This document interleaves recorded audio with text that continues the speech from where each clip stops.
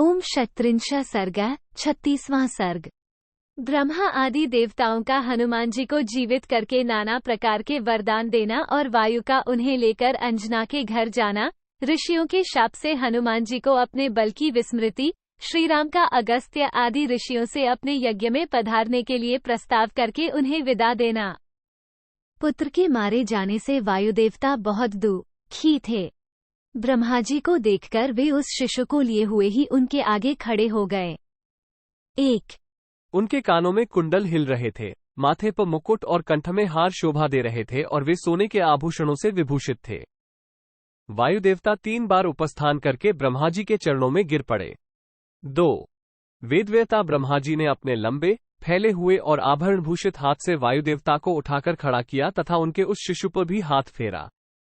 3, जैसे पानी से सींच देने पर सूखती हुई खेती हरी हो जाती है, उसी प्रकार कमलयोनी ब्रह्मा जी के हाथ का लीलापूर्वक स्पर्श पाते ही शिशु हनुमान पुनः जीवित हो गए। 4, हनुमान को जीवित हुआ देख जगत के प्राण स्वरूप गंधवाहन वायुदेव समस्त प्राणियों के भीतर अवरुद्ध हुए प्राण आदि का पूर्ववत प्रसन्नतापूर्वक संचार करने लगे। 5, वायु के अवरोध से छूटकर सारी प्रजा प्रसन्न हो गई। ठीक उसी तरह जैसे हिमयुक्त वायु के आघात से मुक्त होकर खिले हुए कमलों से युक्त पुष्करिणियां सुशोभित होने लगती हैं। 6, तदनंतर 3 युग्मों से एक संपन्न प्रधानत 3 मूर्ति 2 धारण करने वाले त्रिलोक रूपी गृह में रहने वाले तथा 3 दशाओं से 3 युक्त देवताओं द्वारा पूजित ब्रह्मा जी वायु देवता का प्रिय करने की इच्छा से देवगणों से बोले। 7, इंद्र, अग्नि, वरुण, महादेव और कुबेर आदि देवताओं, यद्यपि आप सब लोग जानते हैं तथापि मैं आप लोगों के हित की सारी बातें बताऊंगा, सुनिए। 8, इस बालक के द्वारा भविष्य में आप लोगों के बहुत से कार्य सिद्ध होंगे, अतः वायु देवता की प्रसन्नता के लिए आप सब लोग इसे वर दें। 9, तब सुंदर मुख वाले सहस्र नेत्रधारी इंद्र ने शिशु हनुमान के गले में बड़ी प्रसन्नता के साथ कमलों की माला पहना दी और यह बात कही। 10, मेरे हाथ से छूटे हुए वज्र के द्वारा इस बालक की हनु ठुड्डी टूट गई थी, इसलिए इस कपिश्रेष्ठ का नाम हनुमान होगा। 11, इसके सिवा मैं इसे दूसरा अद्भुत वर ये देता हूँ कि आज से यह मेरे वज्र के द्वारा भी नहीं मारा जा सकेगा। 12, इसके बाद वहां अंधकारनाशक भगवान सूर्य ने कहा, मैं इसे अपने तेज का 100वां भाग देता हूँ। 13, 1, 3 युग्मों का तात्पर्य यहाँ 6 प्रकार के ऐश्वर्य से है। ऐश्वर्य, धर्म, यश, श्री, ज्ञान और वैराग्य, ये ही 6 प्रकार के ऐश्वर्य हैं। 2, ब्रह्मा, विष्णु और शिव, ये ही 3 मूर्तियां हैं। 3, बाल्य, पौगंड तथा कैशो, ये ही देवताओं की 3 अवस्थाएं हैं। इसके सिवा जब इसमें शास्त्र अध्ययन करने की शक्ति आ जाएगी तब मैं ही इसे शास्त्रों का ज्ञान प्रदान करूंगा, जिससे यह अच्छा वक्ता होगा। शास्त्र ज्ञान में कोई भी इसकी समानता करने वाला न होगा। 1, 4, तत्पश्चात वरुण ने वर देते हुए कहा, 10 लाख वर्षों की आयु हो जाने पर भी मेरे पाश और जल से इस बालक की मृत्यु नहीं होगी। 15, फिर यम ने वर दिया, यह मेरे दंड से अवध्य और निरोग होगा। तदनंतर पिंगल वर्ण की एक आंख वाले कुबेर ने कहा, मैं संतुष्ट होकर यह वर देता हूँ कि युद्ध में कभी इसे विषाद न होगा तथा मेरी यह गदा संग्राम में इसका वध न कर सकेगी। 16, 17, इसके बाद भगवान शंकर ने यह उत्तम वर दिया कि यह मेरे और मेरे आयुधों के द्वारा भी अवध्य होगा। शिल्पियों में श्रेष्ठ परम बुद्धिमान विश्वकर्मा ने बाल सूर्य के समान अरुण कांति वाले उस शिशु को देखकर उसे इस प्रकार वर दिया।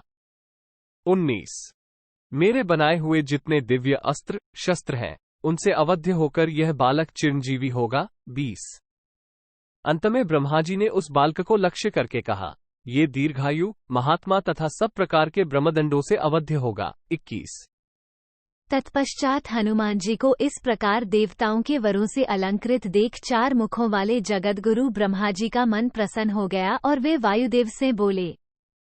22, मारुत, तुम्हारा ये पुत्र मारुति शत्रुओं के लिए भयंकर और मित्रों के लिए अभयदाता होगा। युद्ध में कोई भी इसे जीत न सकेगा। 23, यह इच्छानुसार रूप धारण कर सकेगा, जहां चाहेगा जा सकेगा। इसकी गति इसकी इच्छा के अनुसार तीव्र या मंद होगी तथा वो कहीं भी रुक नहीं सकेगी। ये कपिश्रेष्ठ बड़ा यशस्वी होगा। 24। ये युद्धस्थल में रावण का संहार और भगवान श्री रामचंद्र जी की प्रसन्नता का संपादन करने वाले अनेक अद्भुत एवं रोमांचकारी कर्म करेगा। 25। इस प्रकार हनुमान जी को वर देकर वायुदेवता की अनुमति ले ब्रह्मा आदि सब देवता जैसे आए थे उसी तरह अपने अपने स्थान को चले गए। 26। गंधवाहन वायु भी पुत्र को लेकर अंजना के घर आए और उसे देवताओं के दिए हुए वरदान की बात बताकर चले गए। 27। श्री राम। इस प्रकार ये हनुमान जी बहुत से वर पाकर वरदान जनित शक्ति से संपन्न हो गए और अपने भीतर विद्यमान अनुपम वेग से पूर्ण हो भरे हुए महासागर के समान शोभा पाने लगे। 28। उन दिनों वेग से भरे हुए ये वानशिरोमणि हनुमान निर्भय हो महर्षियों के आश्रमों में जाकर उपद्रव किया करते थे। 29। ये शांतचित्त महात्माओं के यज्ञोपयोगी पात्र फोड़ डालते, अग्निहोत्र के साधनभूत स्रु आदि को तोड़ डालते और ढेर रखे गए वलकलों को चीर फाड़ देते थे। 30। महाबली पवन कुमार इस तरह के उपद्रवपूर्ण कार्य करने लगे। कल्याणकारी भगवान ब्रह्मा ने इन्हें सब प्रकार के ब्रह्मदंडों से अवध्य कर दिया है। ये बात सभी ऋषि जानते थे, अतः इनकी शक्ति से विवश हो वे इनके सारे अपराध चुपचाप सह लेते थे। 31:1/2। यद्यपि केसरी तथा वायुदेवता ने भी इन अंजनी कुमार को बारंबार मना किया तो भी ये वानरवीर मर्यादा का उल्लंघन कर ही देते थे। 32:1/2। इससे भरिगु और अंगिरा के वंश में उत्पन्न हुए महर्षि कुपित हो उठे। रघुश्रेष्ठ। उन्होंने अपने हृदय में अधिक खेद पादु खको स्थान न देकर इन्हें शाप देते हुए कहा। 33:1/2। वानरवीर, तुम जिस बल का आश्रय लेकर हमें सता रहे हो उसे हमारे शाप से मोहित होकर तुम दीर्घ काल तक भूले रहोगे। तुम्हें अपने बल का पता ही नहीं चलेगा। जब कोई तुम्हें तुम्हारी कीर्ति का स्मरण दिला देगा तभी तुम्हारा बल बढ़ेगा। 34:35। इस प्रकार महर्षियों के इस वचन के प्रभाव से इनका तेज और ओज घट गया। फिर ये उन्हीं आश्रमों में मृदुल प्रकृति के होकर विचरने लगे। 36। वाली और सुग्रीव के पिता का नाम ऋक्षर्जा था। वे सूर्य के समान तेजस्वी तथा समस्त वानरों के राजा थे। 37। वे वानरराज ऋक्षर्जा चिरकाल तक वानरों के राज्य का शासन करके अंत में कालधर्म मृत्यु को प्राप्त हुए। 38। उनका देहावसान हो जाने पर मंत्रव्यता मंत्रियों ने पिताक स्थान पर वाली को राजा और वाली के स्थान पर सुग्रीव को युवराज बनाया।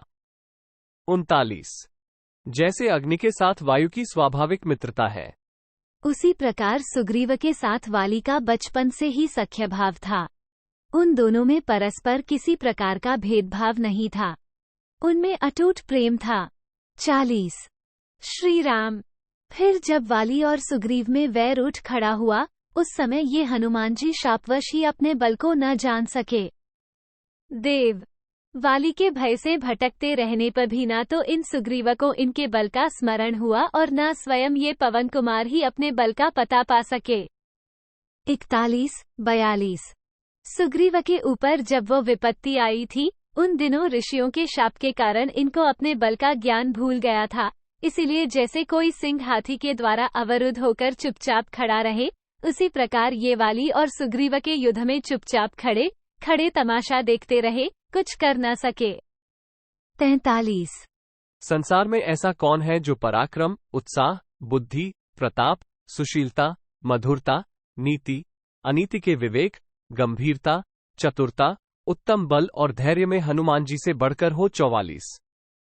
ये असीम शक्तिशाली कपिश्रेष्ठ हनुमान व्याकरण का अध्ययन करने के लिए शंकाएं पूछने की इच्छा से सूर्य की ओर मुंह रखकर महान ग्रंथ धारण किए उनके आगे उद्याचल से अस्ताचल तक जाते थे। 45। इन्होंने सूत्र, वृत्ति, वार्तिक, महाभाष्य और संग्रह इन सब का अच्छी तरह अध्ययन किया है। अन्यान्य शास्त्रों के ज्ञान तथा छंद शास्त्र के अध्ययन में भी इनकी समानता करने वाला दूसरा कोई विद्वान नहीं है। 46। संपूर्ण विद्याओं के ज्ञान तथा तपस्या के अनुष्ठान में ये देवगुरु बृहस्पति की बराबरी करते हैं। नव व्याकरणों के सिद्धांत को जानने वाले ये हनुमान जी आपकी कृपा से साक्षात ब्रह्मा के समान आदरणीय होंगे। 47। प्रलय काल में भूतल को आप्लावित करने के लिए भूमि के भीतर प्रवेश करने की इच्छा वाले महासागर, संपूर्ण लोकों को दग्ध कर डालने के लिए उद्यत हुए संवर्तक अग्नि तथा लोकसंहार के लिए उठे हुए काल के समान प्रभावशाली इन हनुमान जी के सामने कौन ठहर सकेगा। 48। श्री राम। वास्तव में ये तथा इन्हीं के समान दूसरे जो सुग्रीव, मैंद, द्विविद, नील, तार, तारेय, अंगद, नल तथा रंभ आदि महाकपीश्वर हैं, इन सब की सृष्टि देवताओं ने आपकी सहायता के लिए ही की है। 49। श्री राम। गज, गवाक्ष, गवे, सुदष्ट्र, मैंद, प्रभ, ज्योतिमुख और नल, इन सब वानरेश्वरों तथा रीछों की सृष्टि देवताओं ने आपके सहयोग के लिए ही की है। 50। रघुनंदन, आपने मुझसे जो कुछ पूछा था वो सब मैंने कह सुनाया। हनुमान जी की बाल्यावस्था के इस चरित्र का भी वर्णन कर दिया। 51। अगस्त्य जी का ये कथन सुनकर श्रीराम और लक्ष्मण बड़े विस्मित हुए। वानरों और राक्षसों को भी बड़ा आश्चर्य हुआ। 52। तत्पश्चात अगस्त्य जी ने श्री रामचंद्र जी से कहा, योगियों के हृदय में रमण करने वाले श्री राम, आप ये सारा प्रसंग सुन चुके। हम लोगों ने आपका दर्शन और आपके साथ वार्तालाप कर लिया, इसलिए अब हम जा रहे हैं। 53। उग्र तेजस्वी अगस्त्य जी की यह बात सुनकर श्री रघुनाथ जी ने हाथ जोड़ विनयपूर्वक उन महर्षि से इस प्रकार कहा। 54। मुनीश्वर, आज मुझ पर देवता, पितर और पितामह आदि विशेष रूप से संतुष्ट हैं। बंधु बांधवों सहित हम लोगों को तो आप जैसे महात्माओं के दर्शन से ही सदा संतोष है। 55। मेरे मन में एक इच्छा का उदय हुआ है, अतः मैं ये सूचित करने योग्य बात आपकी सेवा में निवेदन कर रहा हूँ। मुझ पर अनुग्रह करके आप लोगों को मेरे उस अभीष्ट कार्य को पूरा करना होगा। 56। मेरी इच्छा है कि पुरवासी और देशवासियों को अपने अपने कार्यों में लगाकर मैं आप सत्पुरुषों के प्रभाव से यज्ञों का अनुष्ठान करूं। 57। मेरे उन यज्ञों में आप महान शक्तिशाली महात्मा मुझ पर अनुग्रह करने के लिए नित्य सदस्य बने रहें। 58। आप तपस्या से निष्पाप हो चुके हैं, मैं आप लोगों का आश्रय लेकर सदा संतुष्ट एवं पितरों से अनुग्रहित होऊंगा। 59। यज्ञ आरंभ के समय सब लोग एकत्र होकर निरंतर यहाँ आते रहें। श्री रामचंद्र जी का यह वचन सुनकर कठोर व्रत का पालन करने वाले अगस्त्य आदि महर्षि उनसे एवमस्तु, ऐसा ही होगा, कहकर वहां से जाने को उद्यत हुए। 61/2। इस प्रकार बातचीत करके सब ऋषि जैसे आए थे वैसे चले गए। इधर श्री रामचंद्र जी विस्मित होकर उन्हीं बातों पर विचार करते रहे। 61/2। तदनंतर सूर्यास्त होने पर राजाओं और वानरों को विदा करके नरेशों में श्रेष्ठ श्री रामचंद्र जी ने विधिपूर्वक संध्योपासना की और रात होने पर वे अंतपुर में पधारे।